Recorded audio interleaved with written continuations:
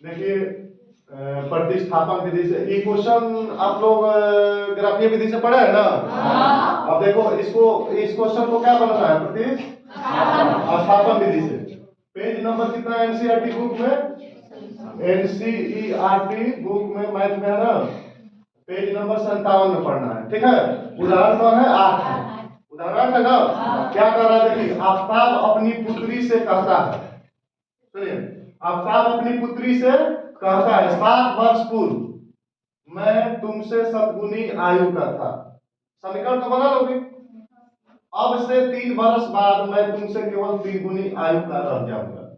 तो प्रतिस्थापन विधि से आफ्ताब तथा उनके पुत्री की आयु ज्ञात करें। क्वेश्चन हो गया। ठीक है, अब देखिए पहले किसका आयु मानेंगे, आफ्ताब का ना। पहले किसका आयु मानेंगे, आफ्ताब, फिर उसके बाद उनके पुत्री का आयु, है ना।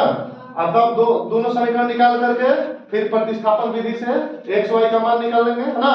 चलिए, माना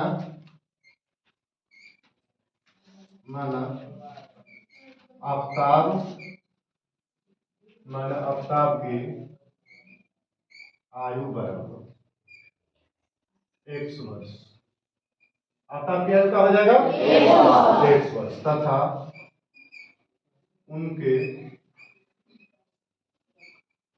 पुत्री का आयु बराबर y वर्ष। ठीक है, आफ्ताब के क्या मान लिए, x वर्ष, और उनके पुत्री का क्या मान लिए, y वर्ष। ठीक है, समझ में आ रहा है ना। देखिए अब क्या कह रहा है, देखिए यहाँ पर 7 वर्ष पूर्व। ठीक है, पूर्व मतलब आप पहले मतलब समझ रहे हो ना। पूर्व खातिर आप पहले खातिर क्या हो जाला, क्या होता है, माइनस ना। आप बाद खातिर आप पश्चात खातिर क्या होता है, प्लस होता है। समझ रहे हो ना।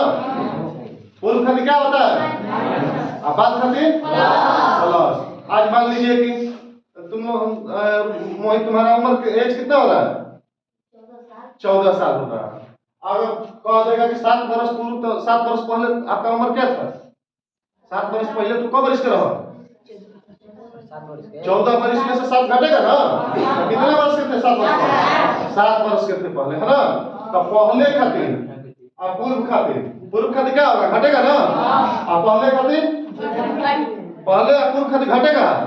अब मान लीजिए कि 14 वर्ष उम्र हो रहा है, सुनिए आज 14 वर्ष उम्र हो रहा है। अब फिर आप लोग को कह दिया जाएगा कि 7 वर्ष बाद चाहे 3 वर्ष बाद, तो उसमें प्लस हो जाता है। मान लीजिए कि आज 14 साल के बाद, अब फिर कोई कह दे कि 5 साल के बाद तुमको वर्ष को 5 साल जुड़ जाए ना। बाद खातिर और पश्चात खातिर क्या होता है, जुड़ता है। और पूर्व पहले खातिर क्या होता है, घटता है। समझ आ गया ना, पूरा क्लियर हो गया ना।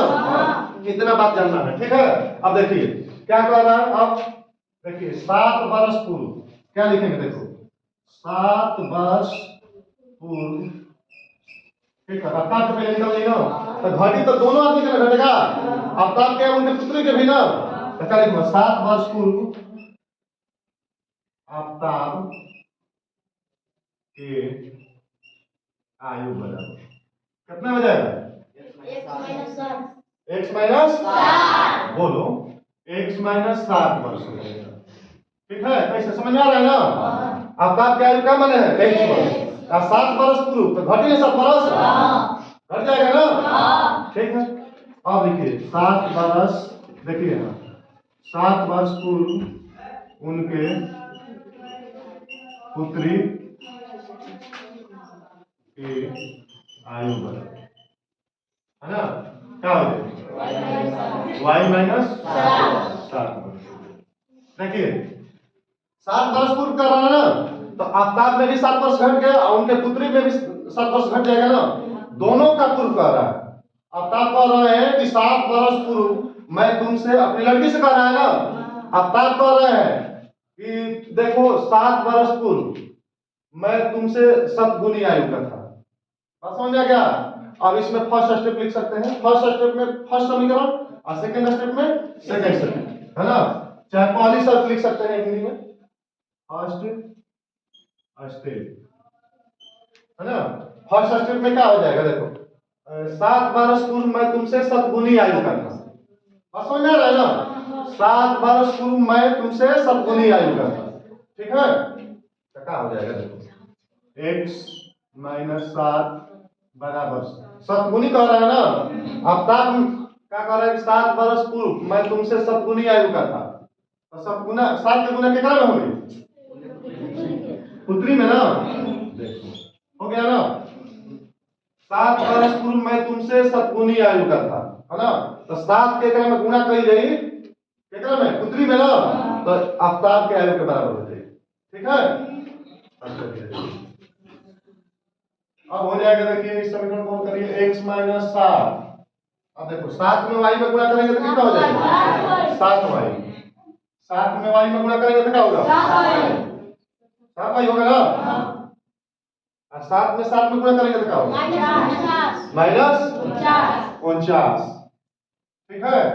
अब x आई बराबर है तो इधर आएगा ना। तो कितना हो जाएगा? -7 बराबर -49 और माइनस मतलब होने जाएगा क्या हो जाएगा? प्लस। बात में समझ में आ रहा है ना। अब देखिए x - 7y बराबर, अब 7 में से 49 घटाएंगे तो कितना हो जाएगा? -42। ये समीकरण 1 हो गया। ठीक है। ये क्या हो गया? समीकरण 1 हो गया। अब लिखेंगे सेकेंड स्टेप। ठीक है। कोई दिक्कत? समझ में आ रहा है ना। तो बोलो। अब सेकेंड स्टेप में देखो क्या होगा। सेकेंड स्टेप में क्या होगा? यहां से पढ़िए। अब से 3 बरस बाद मैं तुमसे केवल 3 गुनी आयु का रह जाऊंगा। ठीक है। क्या कह रहा है? अब से 3 बरस बाद, ध्यान देकर के समझिए नहीं तो फिर नहीं समझ पाओगे। अब से 3 बरस बाद मैं तुमसे केवल 3 गुनी आयु का रह जाऊंगा। बस समझ में आ रहा है ना। तो अब क्या लिखेंगे यहाँ सेकेंड स्टेप में? क्या लिखेंगे?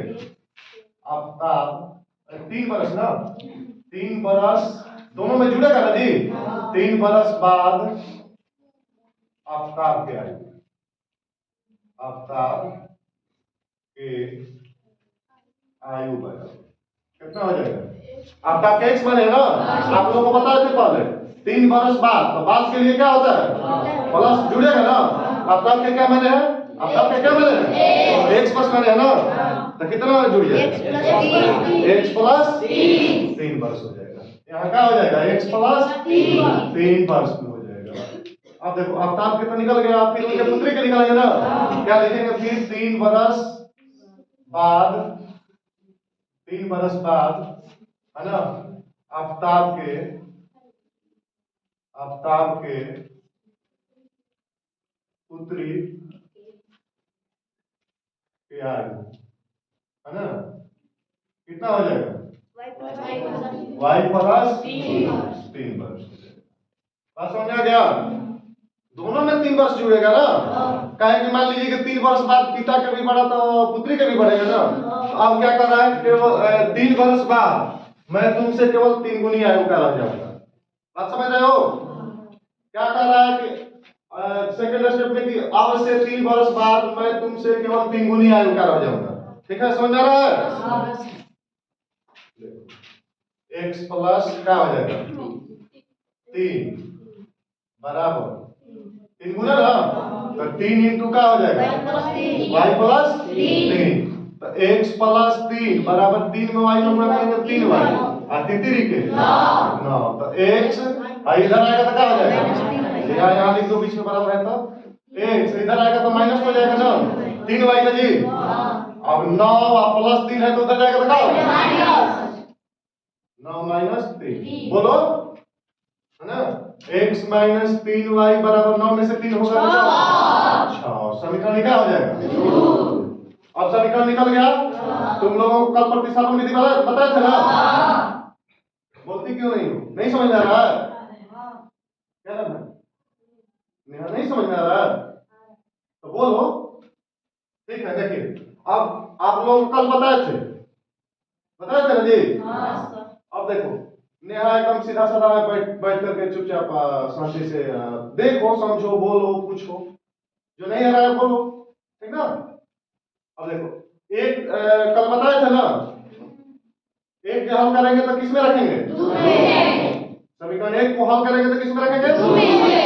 x का मान निकालेंगे तो किस में रखेंगे?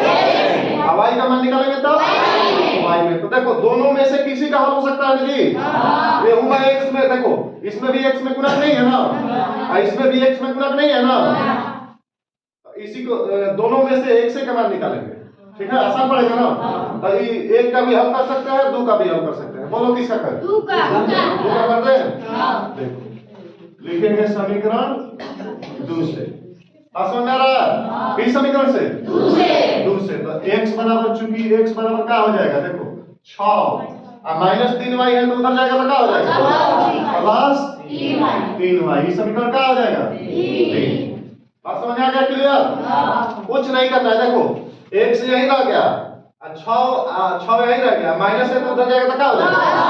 इधर से उन्हें भेजेंगे, इधर माइनस में है तो उधर भेजेंगे तो क्या हो जाएगा? प्लस में हो जाएगा ना। अब समीकरण 3 निकल गया ना।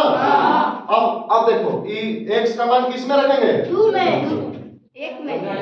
समीकरण 2 को हल किया तो 2 में रखेंगे जी। समीकरण 2 को हल करेंगे तो किस में रखेंगे? 1 में। 1 को हल करेंगे तो 2 में। क्या बजेस? कल नहीं आया था क्लास? तो वीडियो देखो, नहीं आए थे कल, तो कल वाला देखो कैसे पढ़ाया गया है। प्रतिस्थापन विधि नहीं बताया गया है, इतना जल्दी भूल जाते हो। समीकरण 1 को हल करेंगे तो किस में रखेंगे? 2 में। बोलो 2 में। समीकरण 1 को हल करेंगे तो किस में? 2 में। 2 में। और 2 को हल करेंगे तो 1 में। x का मान निकालेंगे तो x के यहाँ, और y का मान निकालेंगे तो y के यहाँ रखेंगे, है ना। अब चलो 2 से हल किए हैं तो किस में रखेंगे? 1 में। x का मान समीकरण किस में? 1 में ना, 1 में रखने पर। ठीक है, बात समझ में आ गया? x का मान किस में रखेंगे जी? 1 में। तो अब 1 को उतारिए, देखिए। ठीक है, 1 का उतारना है तो 1 देखिए क्या है, x माइनस 7y बराबर -42। बात समझ में आ रहा है ना। इस क्वेश्चन को ग्राफीय विधि भी दिया है 3.1 में, दिया है ना जी। ग्राफीय विधि आप लोगों को बता दी है ना, ग्राफ से भी हल हो जाएगा। अब देखो x के मान कितना रखेंगे, देखो यहां से देखो x का मान 6 प्लस कितना है? 3y है ना। तो अब x देखो ये कहां जाएगा? यहां रखेंगे ना, है? x का मान, ये वाला x बराबर इतना है तो ये वाला x के यहां ले जाकर के बैठा देंगे। ठीक है, x का मान कितना है, देखो कितना है? 6 प्लस 3y, आई -7y है तो -7y हो जाएगा, फिर -42 हो गया ना। अब देखो 6 प्लस 3y में से 7y घटाएंगे तो कितना बचेगा?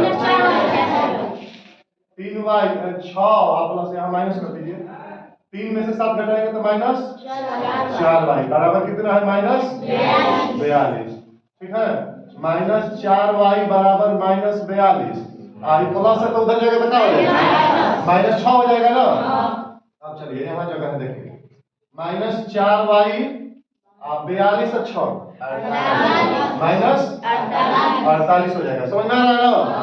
माइनस का कॉमन लेंगे तो दूर जुड़ जाएगा, दोनों माइनस में है ना। समझ में आ रहा है ना? देखो यहाँ ऐसे कर दीजिएगा, -4y माइनस का कॉमन लेंगे तो 42, अब माइनस माइनस क्या हो जाएगा? प्लस ना। और ये माइनस माइनस प्लस हो गया, चूंकि y बराबर 48 बटा कितना? 4 बच्चा हो 48, y बराबर कितना आ गया? 12 आ गया। तो y के कम ले रही जा, अब ताप के पुत्री के ना, तो पुत्री के y का मान हो गया, y बराबर 12। समीकरण किसमें रखेंगे? 3 में रखेंगे ना। y का मान किस में रखेंगे? 3 में। y बराबर 12 समीकरण 3 में रखने पर। ठीक है, अब चलिए देखिए तो x बराबर कितना है? 3 में देखिए, 3 समीकरण उतार लीजिए। x बराबर कितना है जी? 6 प्लस 3y है ना, तो कितना हो जाएगा? 6 प्लस 3 गुणे y का मान कितना है? 12। देख लीजिए हो गई, तो 6 प्लस 32 आई 36। 36 6 कितना हो जाएगा? 42। सही कौन सी के मान निकल गई? x के मान कितना आ गया? 42। अब y का मान कितना है? 12। तो आपताप की आयु कितना हो गया? देखिए यहाँ आपताप की आयु क्या माने हैं? x बस माने ना। अब देखिए इसको लिख देना है, अतः आपताप की आयु बराबर x बस माने हैं, तो आपताप की आयु कितना आ गया? एक्स के मान जितना आएगा उतना हो गया। आपका 42 बरिस के रहो ना। हम सब लड़की कितने वर्ष के? 12 बरिस के। वाई माने है तो यहाँ क्या हो जाएगा? अंतिम में जगह में ये लिख लेना। फिर नीचे क्या लिखेंगे कि आपराध की आयु बराबर कितना हो गया? एक्स माने है तो 42 वर्ष ना। उनके पुत्री की आयु का माने है वाई वर्ष ना। तो वाई का मान कितना आ गया?